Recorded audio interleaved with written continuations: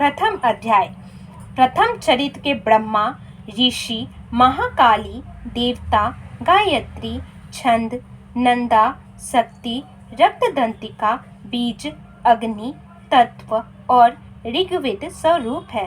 श्री महाकाली देवता की प्रसन्नता के लिए प्रथम चरित्र के जप में विनियोग किया जाता है। भगवान विष्णु के सो जाने पर मधु और कैटव को मारने के लिए कमल जन्मा ब्रह्मा जी ने जिनका स्तवन किया था, वह महाकाली देवी का मैं सेवन करती हूँ। वे अपने 10 हाथों में खड्ग, चक्र, गदा, बाण, धनुष, परिघ, शूल, भुशुंडी, मस्तक और शंख धारण करती है। उनके 3 नेत्र हैं। वे समस्त अंगों में दिव्य आभूषणों से विभूषित है। उनके शरीर की कांति नीलमणि के समान है तथा वे 10 मूरख और 10 पैरों से युक्त है। मार्कंडेय जी बोले, सूर्य के पुत्र सार्वमणि जो 8वें मनु कहे जाते हैं, उनकी उत्पत्ति की कथा विस्तार पूर्वक कहता हूँ, सुनो। सूर्य कुमार महाभाग सार्वमणि भगवती महामाया के अनुग्रह से जिस प्रकार मंतवर के स्वामी हुए, वही प्रसंग सुनाता हूँ। पूर्व काल की बात है। सवारोचिस मंतवर में सूरथ नाम के एक राजा थे जो चैत्र वंश में उत्पन्न हुए थे। उनका समस्त भूमंडल पर अधिकार था। वे प्रजा का अपने ओर से पुत्रों की भांति धर्म पूर्वक पालन करते थे। तो भी उस समय कोला विध्वंसी नाम के क्षत्रिय उनके शत्रु हो गए। राजा सूरथ की दंड नीति बड़ी प्रबल थी। उनका शत्रुओं के साथ संग्राम हुआ। यद्यपि कोला विध्वंसी संख्या में कम थे, तो भी राजा सूरथ उनसे युद्ध में परास्त हो गए तथा वे युद्ध भूमि में अपने नगर को लौट आए और केवल अपने देश के राजा होकर रहने लगे। किंतु वहां भी उन प्रबल शत्रुओं ने उस समय महाभाग राजा सूरथ पर आक्रमण कर दिया। राजा का बल क्षीण हो चला था, इसलिए उनके दुष्ट, बलवान एवं दुरात्मा मंत्रियों ने वहां उनकी राजधानी में भी राजकीय सेना और खजाने को हथिया लिया। सूरत का प्रभुत्व नष्ट हो चुका था, इसलिए वे शिकार खेलने के बहाने घोड़े पर सवार हो वहां से अकेले ही एक घने जंगल में चले गए। वहां उन्होंने विप्रवर मेधा मुनि का आश्रम देखा, जहां कितने ही हिंसक जीव अपनी स्वाभाविक हिंसावृत्ति छोड़कर परम शांत भाव से रहते थे। मुनि के बहुत से शिष्य उनकी वन की शोभा बढ़ा रहे थे। वहां जाने पर मुनि ने उनका सत्कार किया और उन मुनि श्रेष्ठ के आश्रम पर इधर उधर विचरते हुए कुछ काल तक रहे। फिर ममता से आकर्षित होकर वहां इस प्रकार चिंता करने लगे, पूर्व काल में मेरे पूर्वजों ने जिसका पालन किया था, वही नगर आज मुझसे रहित है। पता नहीं मेरे दुराचारी भृत्यगण उसकी धर्म पूर्वक रक्षा करते हैं या नहीं। जो सदा मद की वर्षा करने वाला और सूरवीर था, वह मेरा प्रधान हाथी अब शत्रुओं के अधीन होकर ना जाने किन भोगों को भोगता होगा। जो लोग मेरी कृपा, धन और भोजन पाने से सदा मेरे पीछे पीछे चलते थे, वे निश्चय ही अब दूसरे राजाओं का अनुसरण करते होंगे। उन अपव्ययी लोगों के द्वारा सदा खर्च होते रहने के कारण अत्यंत कष्ट से जमा किया हुआ मेरा वह खजाना खाली हो जाएगा। ये तथा और भी कई बातें राजा सूरथ निरंतर सोचते रहते थे। एक दिन उन्होंने वहां विप्रवर मेधा के आश्रम के निकट एक वैश्य को देखा और उससे पूछा, भाई तुम कौन हो? यहाँ तुम्हारे आने का क्या कारण है? तुम क्यों शोकग्रस्त और अनमने से दिखाई देते हो? राजा सूरथ का वह प्रेम पूर्वक कहा हुआ वचन सुनकर वैश्य ने विनीत भाव से उन्हें प्रणाम करते हुए कहा। वैश्य बोला, राजन, मैं धन्यों के कुल में उत्पन्न एक वैश्य हूँ। मेरा नाम समाधि है।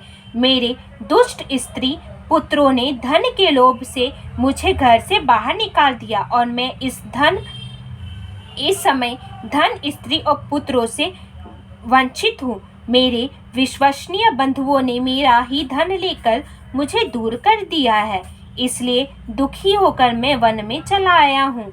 यहाँ रहकर मैं इस बात को नहीं जानता कि मेरे पुत्रों की, स्त्री की और सब जनों की कुशल है या नहीं। इस समय घर में वे कुशल रहते हैं अथवा उन्हें कोई कष्ट है। वे मेरे पुत्र कैसे हैं? क्या वे सदाचारी हैं अथवा दुराचारी हो गए हैं? राजा ने पूछा, जिन लोभी स्त्री पुत्र आदि ने धन के कारण तुम्हें घर से निकाल दिया, उनके प्रति तुम्हारे चित्त में इतना स्नेह, उनका बंधन क्यों है? वैश्य बोला, आप मेरे विषय में जैसी बात कहते हैं वह सब ठीक है, किंतु क्या करूं? मेरा मन निष्ठुरता नहीं धारण करता। जिन्होंने धन के लोभ में पड़कर पिता के प्रति स्नेह, पति के प्रति प्रेम तथा आत्मजनिक के प्रति अनुराग को तिलांजलि दे मुझे घर से निकाल दिया है, उन्हीं के प्रति मेरे हृदय में इतना स्नेह है। महामते, गुणहीन बंधुओं के प्रति भी जो मेरा चित्त इस प्रकार प्रेम मग्न हो रहा है, यह क्या है? इस बात को मैं जानकर भी नहीं जान पाता। इनके लिए मेरे लंबी सांसें ले रहा हूँ और मेरा हृदय अत्यंत दुखित हो रहा है। उन लोगों में प्रेम का सर्वथा अभाव है, तो भी उनके प्रति जो मेरा मन निष्ठुर नहीं हो पाता, इसके लिए क्या करूं? मार्कंडेय जी कहते हैं, ब्राह्मण तदंतर राजाओं में श्रेष्ठ सूरथ और वह समाधि नामक वैश्य दोनों साथ साथ मेधा मुनि की सेवा में उपस्थित हुए और उनके साथ यथा योग्य न्यायानुकूल विनय पूर्व बर्ताव करके बैठे। तत्पश्चात वैश्य और राजा ने कुछ वार्तालाप आरंभ किया। राजा ने कहा, भगवान, मैं आपसे एक बात पूछना चाहता हूँ, उसे बताइए। मेरा चित्त अपने अधीन न होने के कारण वह बात मेरे मन को बहुत दुख देती है। जो राज्य मेरे हाथ से चला गया है, उसमें और उसके संपूर्ण अंगों में मेरी ममता बनी हुई है। मुनि श्रेष्ठ, यह जानते हुए भी कि वह अब मेरा नहीं है, अज्ञानी की भांति मुझे उसके लिए दुख होता है। यह क्या है? इधर यह वैश्य भी घर से अपमानित होकर आया है। इसके पुत्र, स्त्री और भृत्यों ने इन्हें छोड़ दिया है। सब जनों ने भी इसका परित्याग कर दिया है, तो भी यह उनके प्रति अत्यंत हार्दिक स्नेह रखता है। इस प्रकार यह तथा मैं दोनों ही बहुत दुखी है, जिसमें प्रत्यक्ष दोष देखा गया है। उस विषय के लिए भी हमारे मन में ममता जनित आकर्षण पैदा हो रहा है। महाभाग, हम दोनों समझदार हैं, तो भी हम में जो मोह पैदा हुआ है, यह क्या है? विवेक शून्य पुरुष की भांति मुझ में और इसमें भी यह मूढ़ता प्रत्यक्ष दिखाई देती है। ऋषि बोले, महाभाग, विषय मार्ग का ज्ञान सब जीवों को होता है, इसी प्रकार विषय भी सबके लिए अलग है।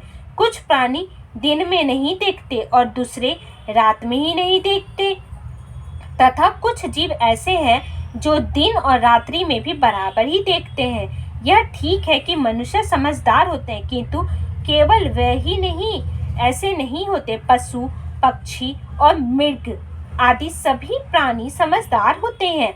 मनुष्य की समझ भी वैसी ही होती है जैसे उन मृग और पक्षियों की होती है, तथा जैसी मनुष्य की होती है वैसे ही उन मृग, पक्षी आदि की होती है। यह तथा अन्य बातें भी प्रायः दोनों में समान ही है। समझ होने पर भी इन पक्षियों की जो तो देखो, ये स्वयं भूख से पीड़ित होते हुए भी मोहवश बच्चों की चोंच में कितने चाव से अन्न डाल रही है। नरश्रेष्ठ, क्या तुम नहीं देखते कि ये मनुष्य समझदार होते हुए भी लोभवश अपने लिए हुए उपकार का बदला पाने के लिए पुत्रों की अभिलाषा करते हैं? यद्यपि उन सब में समझ की कमी नहीं है, तथापि वे संसार की स्थिति बनाए रखने वाली भगवती महामाया के प्रभाव द्वारा ममतामय भंवर से युक्त मोह के गहरे गर्त में गिराए गए हैं। इसलिए इसमें आश्चर्य नहीं करना चाहिए। जगदीश्वर भगवान विष्णु की योग निद्रा रूपा जो भगवती महामाया है, उन्हीं से यह जगत मोहित हो रहा है। ये भगवती महामाया देवी ज्ञानियों की भी चिंता को बलपूर्वक खींचकर मुंह में डाल देती है। वे ही इस संपूर्ण चराचर जगत की सृष्टि करती है तथा वे ही प्रसन्न होने पर मनुष्य की मुक्ति के लिए वरदान देती है। वे ही परा विद्या, संसार बंधन और मोक्ष की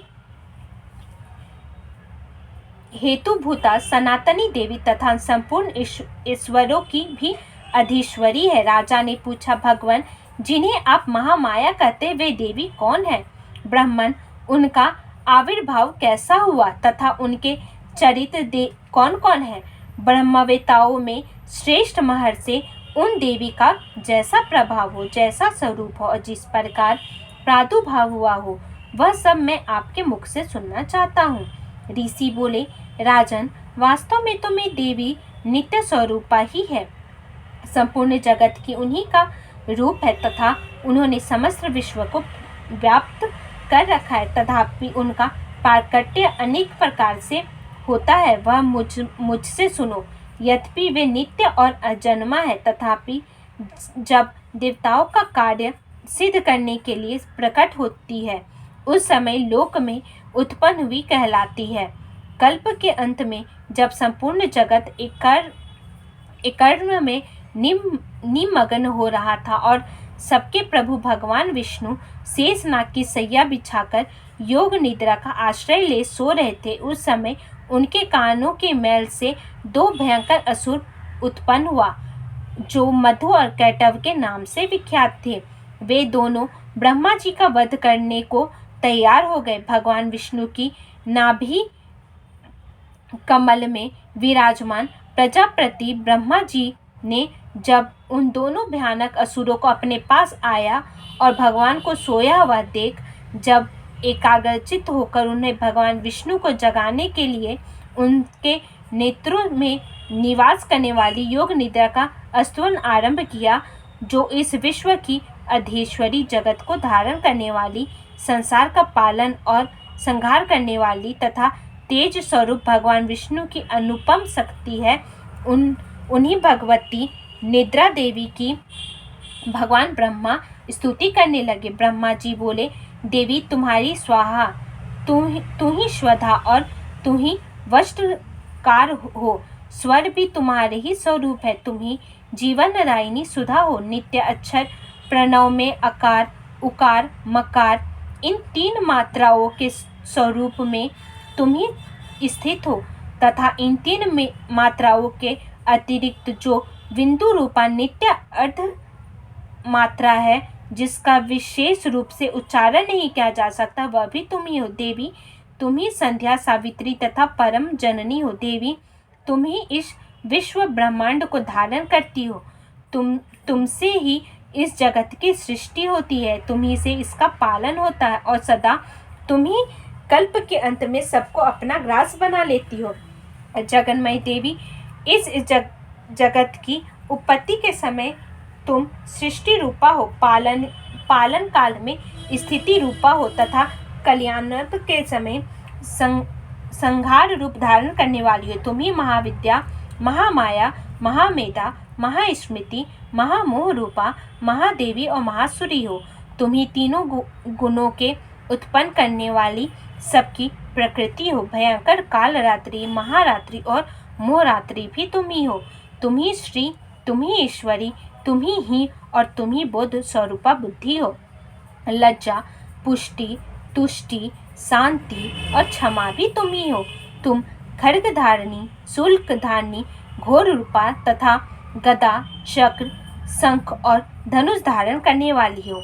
बाण, भुशुंडी और परिघ ये भी तुम्हारे अस्त्र है। तुम सौम्य और सौम्यंतर हो। इतना ही नहीं, जितने भी सौम्य एवं सुंदर पदार्थ हैं, उन सब की अपेक्षा तुम अत्यधिक सुंदरी हो। पर और अपर, सबसे परे रहने वाली परमेश्वरी तुम ही हो। सर्व स्वरूप में देवी, कहीं भी सत्य असत्य रूप जो कुछ वस्तुएं हैं और उन सब की जो शक्ति है, वह तुम ही हो। ऐसी अवस्था में तुम्हारी स्तुति क्या हो सकती है? जो इस जगत की सृष्टि, पालन और संहार करते हैं, उन भगवान को भी जब तुमने निद्रा के अधीन कर दिया, तब तुम्हारी स्तुति करने में यहाँ कौन समर्थ हो सकता है?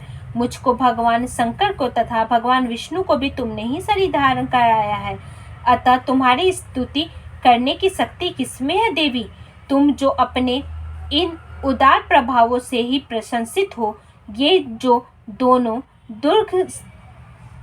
दुर्द असुर मधु और कैटव है, इनको मोह में डाल दो और जगदीश्वर भगवान विष्णु को शीघ्र ही जगा दो।